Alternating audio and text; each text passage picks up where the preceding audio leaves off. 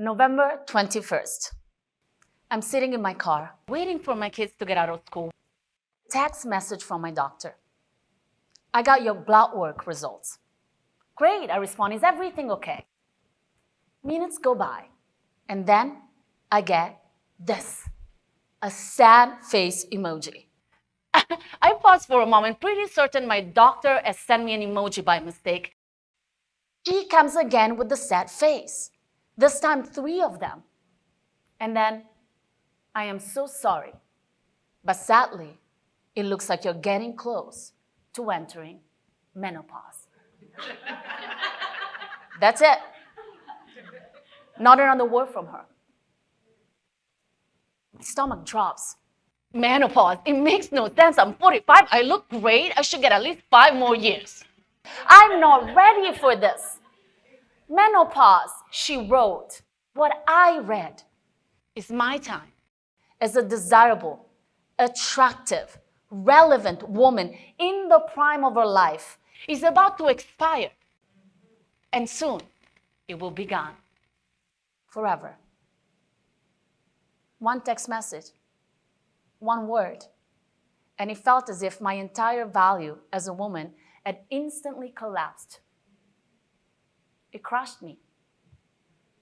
Then 2 weeks and lots of crying and processing later, I began to entertain the idea that maybe, just maybe, I wasn't sad.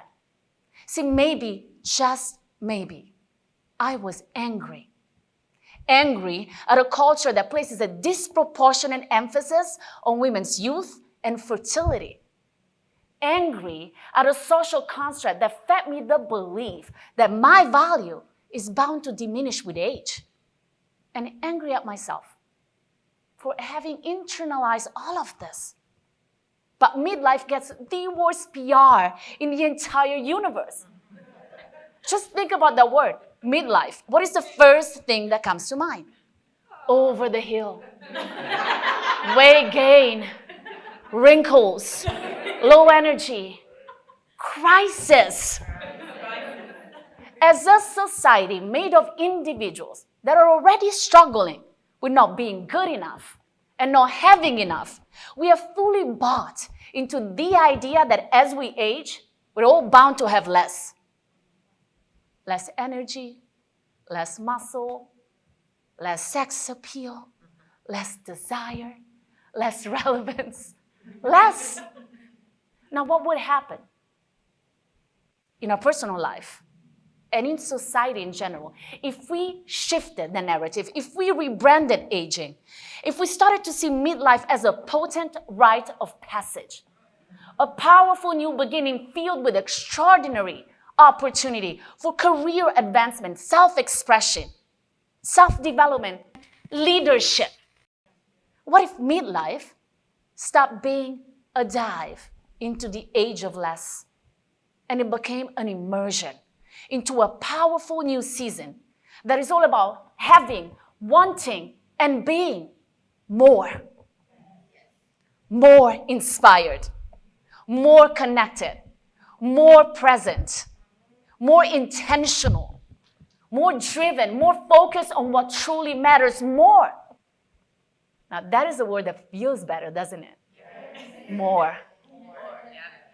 The question is, how? How are we going to do it? How are we going to walk away from this obsession of less and step into this experience of more?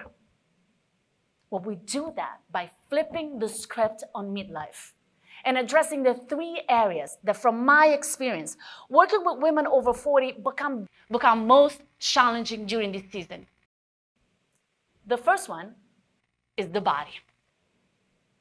According to a study published by SAGE, the Journal for International Medical Research, approximately 70% of women in midlife struggle with fatigue, brain fog, mood swings.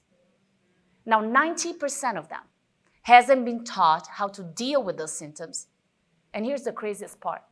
60% feels too embarrassed to have a conversation about them. The struggle is real. For most of my life, I've been a member of the 5 a.m. club. I woke up every single day before 5 a.m. I exercised, I completed my morning routine. Then I start taking care of everything and everyone. The kids, the house, the meals, the husband, the clients, the networks, the dog. I made sure that I checked all the boxes before going to bed so I could wake up the next dawn and do it all over again. I was so productive and I loved it. But then I got into my mid-40s and something crazy happened. See, I discovered the snooze button. Seriously, I did not know it existed. The only person on the planet. I started feeling tired, needed more time, more sleeps, more break. My nutrition wasn't working. My exercise wasn't working. My husband drove me crazy. My kids drove me crazy. Even my dog drove me crazy. I mean, look at Mr. Bond. How can he drive you crazy? Now, as you know, by now, my doctor had a very simple explanation as to why this was happening. I was just another woman getting close to entering menopause.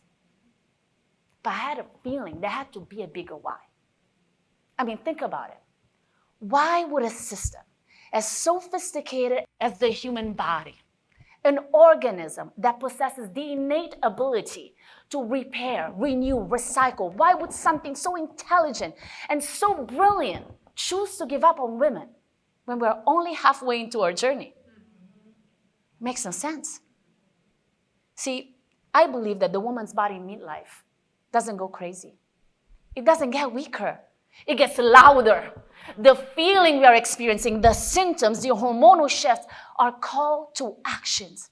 Signals the body sending us to let us know it's time to stop trying to take care of everything and everyone and start focusing on ourselves so that we can lead with grace and conviction. Armed with this new perspective, I went back to audit what was happening to my body, coming from a place of curiosity instead of judgment. I started working with professionals who were equipped to support women in midlife. I changed my routines. I changed my nutrition. I changed my exercise. And thanks to all that, I was able to tap into more energy than I've ever experienced before. Now, every single one of you, every single woman in midlife has the power to tap into that same level of energy. But in order to do that, you need to be willing to audit your body. It's up to you. You owe it to yourself to become an advocate for your own well-being, to work with professionals who are trained to help you, to make those lifestyle changes. Your experience of your body is not up to those who believe the best part of your life is over. It's not up to those who believe you should suffer in silence. It's up to you. The second area of change that gets real challenging in midlife is relationships. Over the last 15 years, I've worked with some incredible women, and they all had issues with some form of relationships, even though they were so brilliant and so successful. If not with their romantic partner, they struggle with their business partners, their friends, their community, their extended family.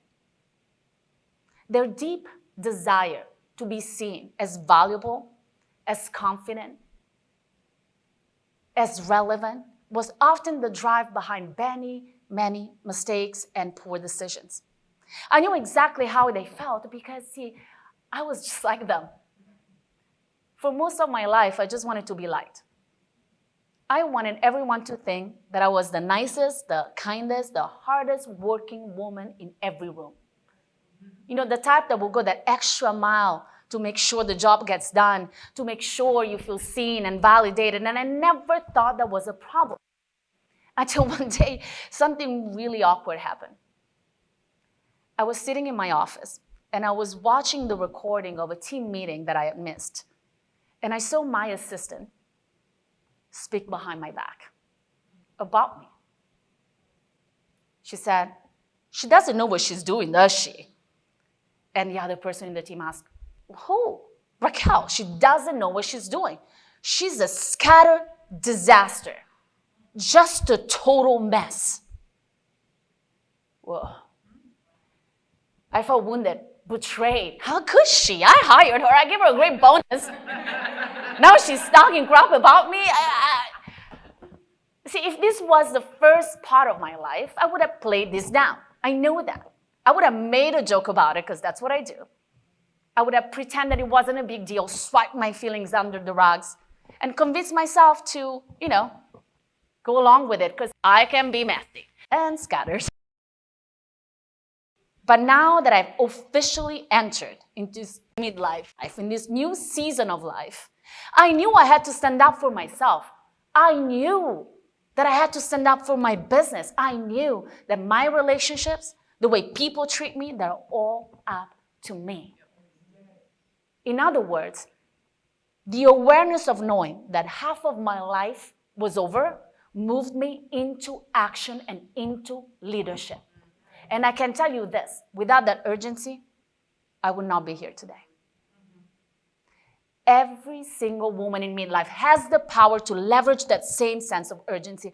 But in order to do that, we need to reframe time. See, time is running out for all of us. We can continue to pretend that's not happening, continue to exist in this space of, I really want to do that. I really want to say that, but I just don't have the time. I don't have time for that. Or we can leverage that sense of urgency. Stop running away from time and understand that this is our time. If not now, then when? It's up to us. The last area that gets real challenging in midlife is purpose. For most of my life, I have defined my purpose, just like many other women, by what I did for others, how I helped people. I wrote books to help women release weight. I taught inspiring fitness classes to help them connect with their body. I helped entrepreneurs turn their vision into reality. But that one day, after just one text message, I couldn't even help myself. I told my husband, I need to quit. I can't keep doing this. Who am I to go and speak about being confident and successful when I'm so taken off by something that is going to happen to every single woman who's lucky enough to age? See, I felt like a fraud. And not just because I was tripping over midlife, but because for the first time, I could see how every single one of my accomplishments, including those I was most proud of, were deeply intertwined with my own need for validation. Yes, I was doing great work in the world, but more so my work was my lifeline for feeling adequate. And the very moment that I couldn't show up as this badass that was there ready to uplift everybody and make them feel confident and successful, then I had no more value and therefore no more purpose. My husband said, it's up to you. Quit. We'll support you no matter what. You do your thing. His words echoed deep inside me. It's up to you. He was right. It was up to me. I could quit, or I could go back to the drawing board to ask myself, who do you want to be in this season of your life? I could find the courage to share my story, even though it made me feel vulnerable and embarrassed and awkwardly weird.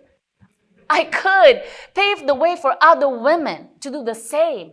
I could play my part in changing the future, what it means to age. I could lead. Midlife is not a crisis, it's a call to lead. It might be hard for us humans to understand this, but the wild has this right. According to a study published by Current Biology, female killer whales go through menopause around age 45 and 50. And check this out. When that happens, they become the leaders of their pods and their families.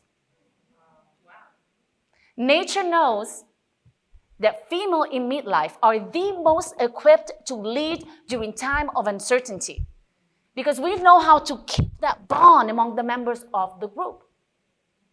See, I believe we can learn a few things from nature. I believe that our purpose as women in midlife is similar to the one of killer whales. To rise, use our emotional intelligence, our experience, our wisdom to lead our communities, mend what is broken, and provide securities during time of uncertainty. It's up to us.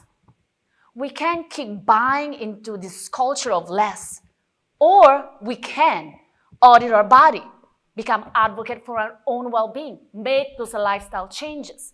We can reframe our perception of time and leverage that sense of urgency. We can do all that. We can lead. That's why it's so important that we reframe aging. See, at a time in our life when the world is becoming more divided, more disconnected, and more automated than ever, there is an urgent need for a new brand of leadership. The kind of leadership that dreams big, but feels deeply. The kind that sees the cracks, but is determined to be the glue. The kind that midlife is preparing women for. That's why it's so important we do it.